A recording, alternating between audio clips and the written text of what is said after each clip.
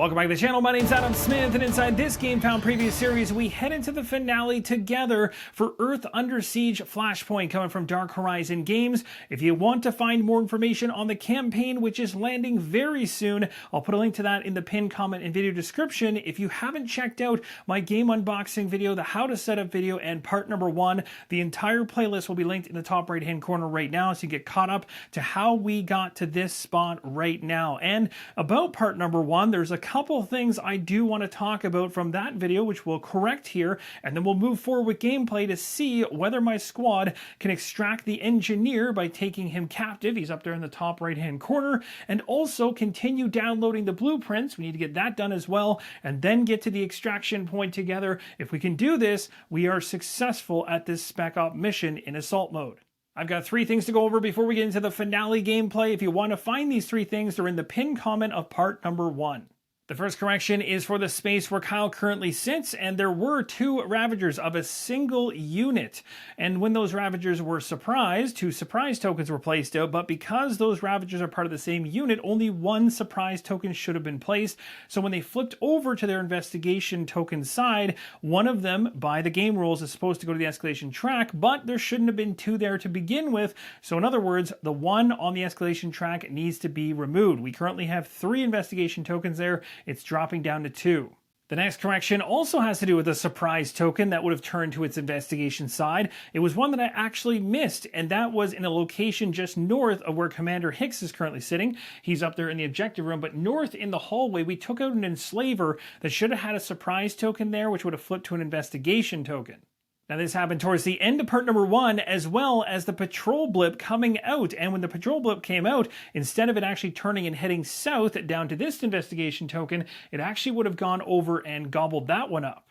So 2 investigation tokens were on the track, and 1 more added to make it 3, thanks to that patrol picking up 1 in the hallway. Last but not least, we have the sabotage checks that happened at the very tail end of part number 1, and those had to do with Billy trying to sabotage the electrical box in order to open up the security door for Kyle, which he failed at doing, and then Kyle trying to sabotage the security door himself and also failed. And each one of them made a full attempt with some rerolls included to try to actually make it work, and it did not. Every time you fail a sabotage check, you're going to place an investigation token in the space of the person that failed the check. So there is a risk to this.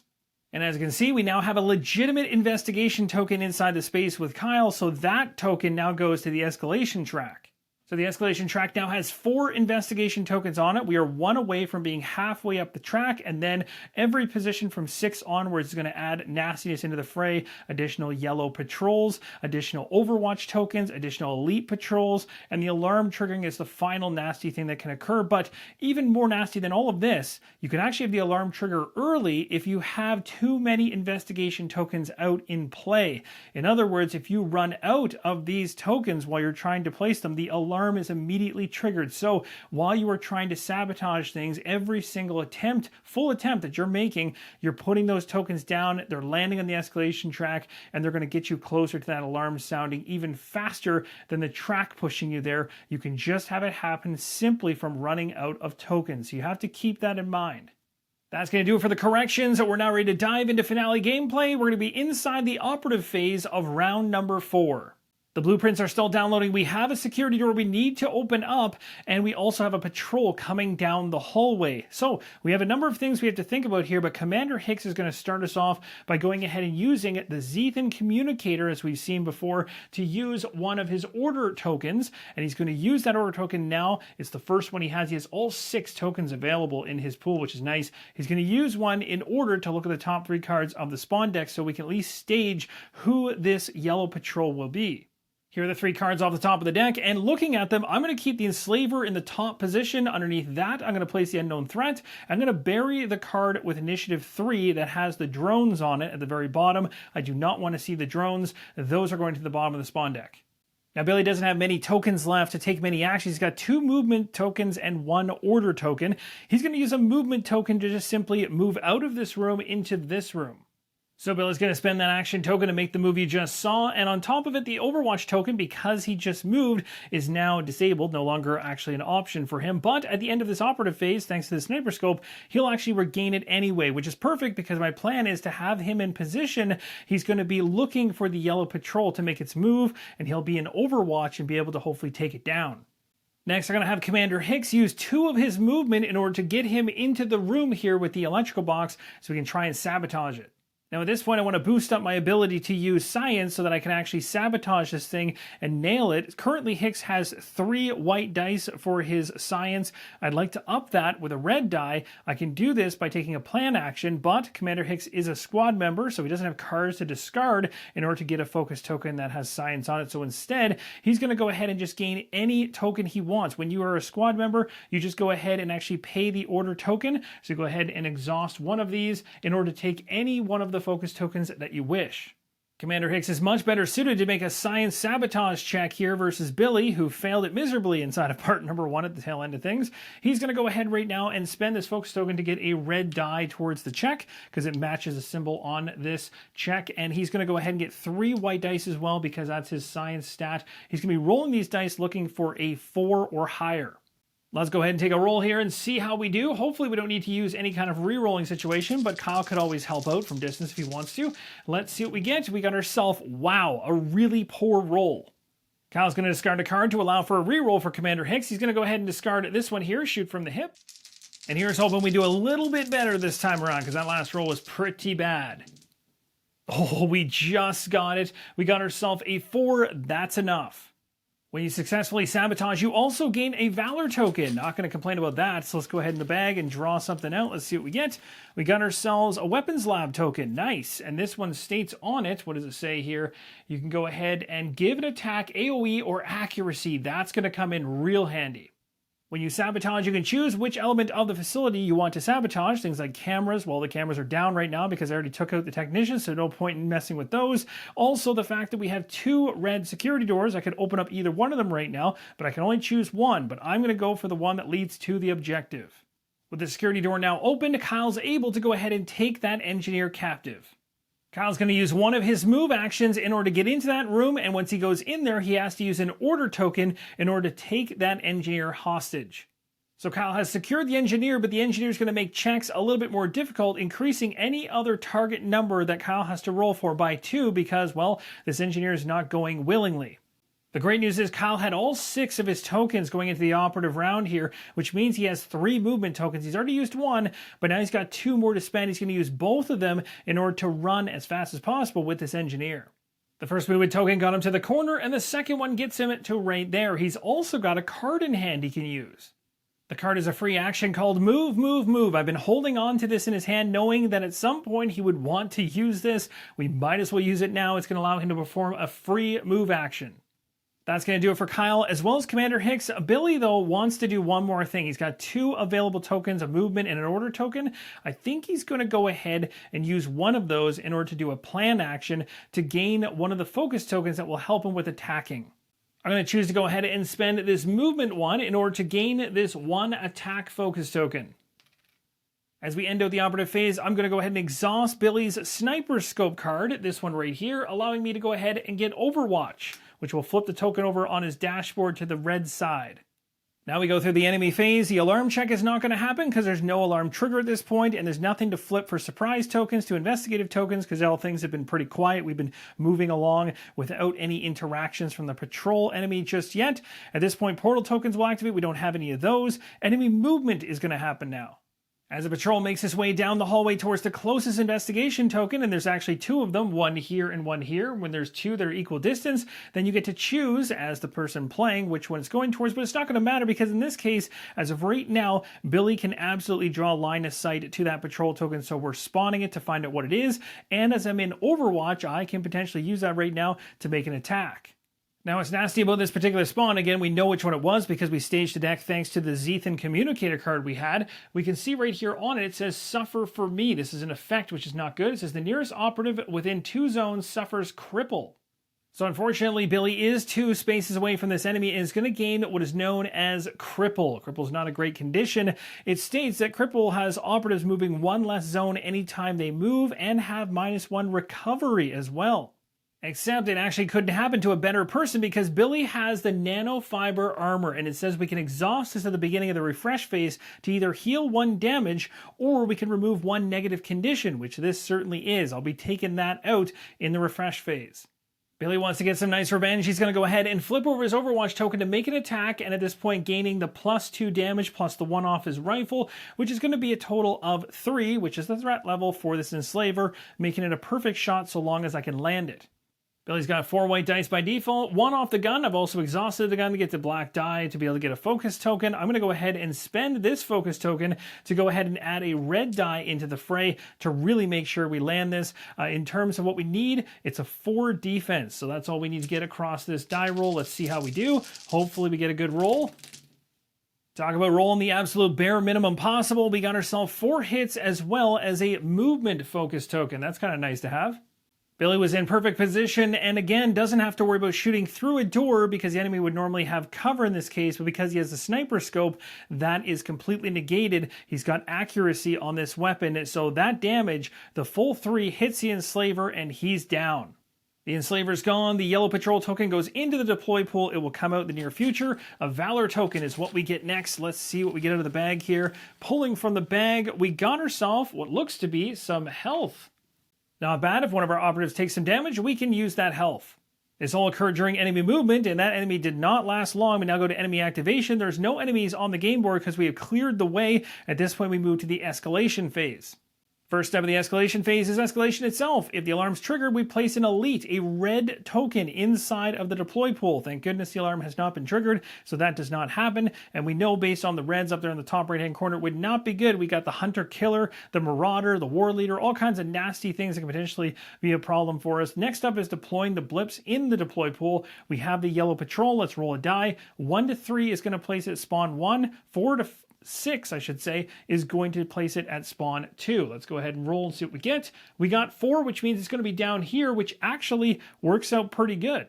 At this point, we now go ahead and clean up any ongoing effects. We don't currently have any. We're now at end of round, and we know what happens there. The objective, the blueprints, are still downloading, so we remove 1 objective token from the stack. There are currently 3 tokens in the stack. Removing 1 more reveals another question mark. There's 1 more question mark, which is the one you're seeing right now. Once that is gone, the exclamation mark is there. The download is complete, and we can then have an operative head into that space and use the pickup action to take the blueprint so we can get out of here. Now, as we go into a brand new round number 5, the first thing I want to do is take advantage of the beginning of the refresh phase to go ahead and get rid of that negative condition so we can get rid of that cripple, which again, we have to go ahead and exhaust this. Now, the timing of this, I'm not 100% sure in terms of the actual refresh phase and refreshing the cards back. I'm going to assume that if I use this at the beginning of the refresh phase, I cannot go ahead and just refresh it immediately after. It wouldn't really make much sense, but all the other cards across all my characters, of course, are going to refresh. Now at this point, we're starting to think about the fact we want to get everybody to the extraction point. We can't run away just yet because we still need to pick up the blueprints, but we can at least start heading in that direction safely. So we want some movement here. I do want to get Billy into a position where he can get out easily. So maybe I'll go ahead and get some movement back. 2 of them for sure coming back at least. And then maybe I'll keep... The thing is at the end of the operative phase, I can take advantage of Sniper Scope giving me Overwatch again if I want to position myself near the grate in the corner outside of the objective room. So really, I might just go all in on movement, seeing as I even have... Well, I guess I got the movement focus too, which is... Yeah, I guess I will just do that. Now, obviously, Kyle's trying to make as much progress as possible, so his are actually even easier to determine. I just want full-on movement here, as much movement as possible. Last but not least, we have Commander Hicks. He needs at least 1 order token to pick up the blueprints in the near future. But beyond that, we can just grab a bunch of movement for him. But he can't even take all of the movement, so we'll just take 1, 2, and we'll go with 1 order token. Now, currently, these are the cards inside of Kyle's hand. He's got I'm Just Too Good, Double Tap, Dashing Strike, and 2 Kill Him With Style or Don't Bother. I don't really need all of these. I'm going to go ahead and discard this one. Really, I'm just fishing for more movement cards if there's any in my deck, so I can drop to 3 more cards for my hand limit of 7. And here's what I managed to pull up. I got myself a No Time to Bleed card, I'm Just Too Good, and Dashing Strike. Now time for the threat card. We got Ambush. It says place a portal token in the on-point operative zone. At this very moment, the on-point operative is Kyle, so it's going to be placed right inside of his zone, which is not the greatest. And then on top of that, the on-point operative now, after the threat has been resolved, moves from Kyle over to Billy.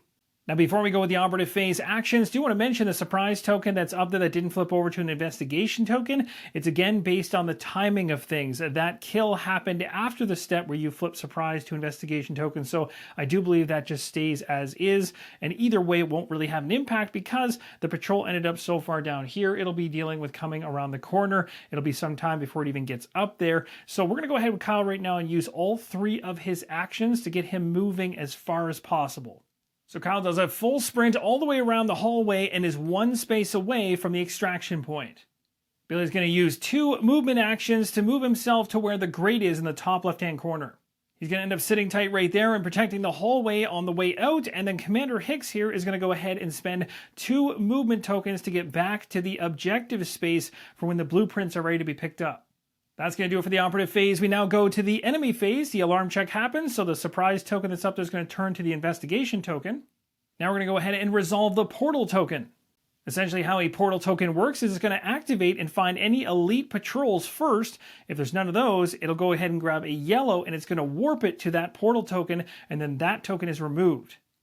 It warps that space, and now it's going to go ahead and move. It's going to move towards the closest investigation token, which is south of it. And now there are 5 investigation tokens on the track. We're still safe, nothing to trigger yet, but the next one will trigger a yellow patrol, and we still have 1 more movement to make with this yellow patrol based on the investigation tokens remaining. One quick mention around cleanup, I went ahead and took all of the movement tokens that Kyle had strewn across the entire game board, showing you guys how he used his movement to get to where he was. They're back in his exhausted area now, cleaning things up. Patrol can still move 1 more space and will towards an investigation token. The nearest ones are actually headed right, deeper into the facility. So as we haven't triggered the alarm yet, the patrol's going the right way in our case, and again, it's all based on the distance to the investigation tokens, and the ones on the right are clearly closer. At this point, the escalation phase is a breeze because there's no escalation, there's no deployment, and cleanup of ongoing effects. There aren't any in play currently, so we move on to the next round, which means going into this next round that the top objective token comes off. And that, my friends, means the download is complete. It's awesome because we have everyone in position to be able to run towards the extraction point. As soon as we pick these blueprints up, we can all get out of here. Now for the refresh phase, this is going to be very straightforward. I'm basically just refreshing back any tokens, any and all tokens that have to do with movement. So Commander Hicks is going to take 2 movement tokens back as well as 1 order token. So he's got all 6 available. Kyle's going to take all 3 of his movement back because he just really wants to be able to run, but he doesn't even need that many. And then Billy, same thing. He's just going to take 3 of his movement back because at this point it's just all about running away. Now Hicks is going to have the order tokens he needs in order to pick things up, so we're good there. We've now refreshed all of the tokens. In terms of the cards for Kyle, he's going to keep the 70 as in hand currently, so because of this, he doesn't need to draw any more cards back up. The on-point token is going to move from Billy back over to Commander Hicks, who ironically is going to be the one in charge of getting that blueprint. But first we have a threat. It says, responding to the threat, place a portal token in the nearest zone to the on-point operative with the exclamation mark in it. So that's currently going to be Billy, as he is the on-point operative as of right now, because we haven't moved it over to Commander Hicks just yet. Billy is actually in the corner, and there's 2 investigation tokens beside him, so we'll just pick one. Is actually really thematic and very cool because even though I did a really good job stealth-wise to get out of here so far without the alarm triggering and should be able to, the funny thing is that this game is still trying to throw everything at me by having these portals show up, which will then suck the yellow patrol from where it is in the back end of the facility all the way to the front end to try to jump in and cause me grief. But I'm getting out before it even has a chance. Commander Hicks is going to go ahead and spend an order token in order to pick up the blueprints. And with the blueprints in hand, he's now going to go ahead and spend 1, 2, and 3 movement to get himself right to the extraction point. Of course, the team leader, Commander Hicks, is leading the charge out of the facility. Kyle's up next using 1 movement token to be able to get to that extraction point. And last but not least, Billy, who is in Overwatch thanks to sitting still and having nobody to line of sight, he's now going to make his movement, spending his movement tokens. He'll spend 1, which will break his Overwatch, and he's going to run to the extraction. And just like that, we successfully completed Spec Ops Mission 14 in Assault mode called Xethan Blueprints, getting the engineer and the blueprints out of the facility without the alarm triggering. This was an absolute blast to play through, and the one thing I need to mention is, remember earlier in the video when I talked about running out of investigation tokens and how that can trigger the alarm? I was 2 tokens away from having that alarm trigger in this fashion. You'll also note I was able to move fast enough to be able to avoid any triggers whatsoever on the escalation track, but it was on the cusp of starting to see a number of those things start to increase. So I really think that what I had for my loadout paired with the Black Ops strategy worked really well to get me in and out as effectively as possible before this facility really came down on me. And as you'll see when you play through the game yourself, the game is going to chuck wrenches at you all the time. That threat deck can be absolutely vicious and can throw some really nasty cards your way, so you can have a really great plan, but can be completely thrown sideways by certain threat cards in combination with what's going on inside the game itself. So don't always think that your strategy is going to be foolproof, because it absolutely can go south, and even sometimes just the silliest obsession over potentially wanting to sabotage something, like I was doing at the end of part number 1, can cause too many in those investigation tokens to show up and can get you to the point of an alarm triggering where you can see things like the war leader, the marauder, the hunter killer up there in the top. They can come out and cause you a ton of grief trying to successfully win this mission. But you now have an example of how it's done. You've now seen assault mode from A to Z. Thank you guys so much for watching. If you're interested in the upcoming campaign, it's in the pinned comment video description. Would love to hear your thoughts of what you saw during this playthrough. Thank you again, and as always, keep on rolling solo.